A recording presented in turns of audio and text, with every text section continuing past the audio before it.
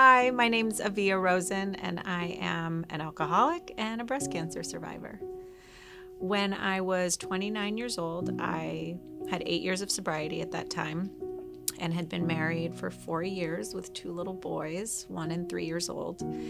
And I was laying in my bed and had sort of adjusted my bra ever so slightly and felt my thumb graze over a tiny little lump that I had never felt before. At 29 years old and with 2 little boys that I had just finished nursing, I really had no reason to think it was anything dangerous or scary, but I did have that feeling. It was just that weird gut, visceral sort of intuition that it wasn't right. I'd never felt anything like it before. I could have easily convinced myself it was a cyst or something from nursing or just about anything. And that nagging feeling made me call my doctor. My gynecologist at the time had said, "Oh, it's probably nothing. It might be something from being around your cycle or just a fluke. Let's get you in at our next available appointment," which was in 6 weeks from then. My husband, Doug, and I both weren't really feeling okay about that and decided to push and push and push for a sooner appointment at a women's imaging center in Beverly Hills. And so I got in the next day and got checked out, and that woman running that ultrasound just had a look on her face the minute she put the wand right over it. She knew it wasn't good, and she called in the doctor, and they took a look and promptly moved me down into the next office to get a mammogram, and then down to the next office to have a biopsy. And I sat in nerves for 3 days waiting for the results, imagining, of course, the worst. And it was 3 days later, I got a call. It was November in 2012, and they said, "We're so sorry to tell you, but it's aggressive, triple negative breast cancer." So of course, world turns upside down.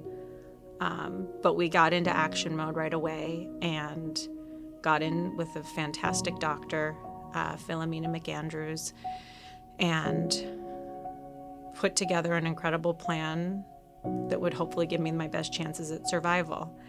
Because I was so young at the time, 29 years old, it was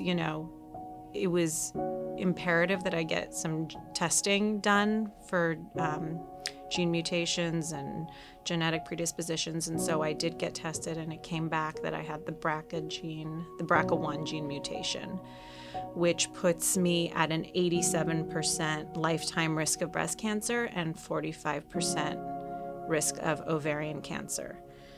We didn't know where I got it from. You have to get it from one of your parents, 50% chance that you pass it down to your child. So we got both my parents tested, and it came from my mama.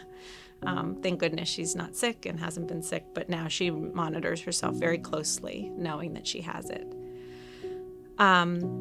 We acted quickly. From the day of diagnosis to the day I started chemo, it was 12 days. I was scared. I was really scared.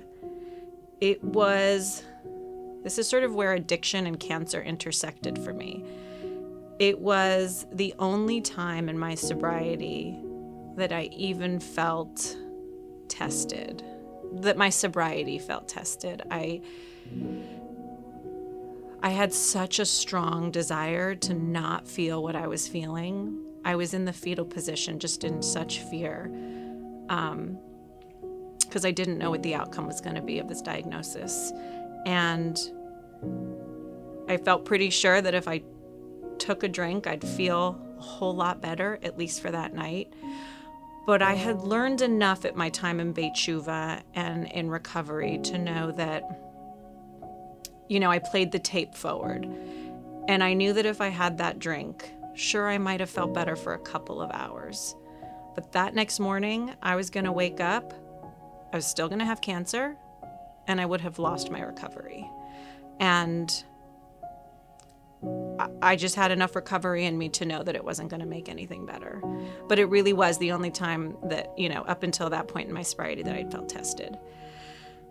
Anyway, so fast forward, I go through 6 rounds of chemo. I did the cold caps, which is essentially an ice helmet on you for 10 hours to keep my hair, and it worked pretty darn well.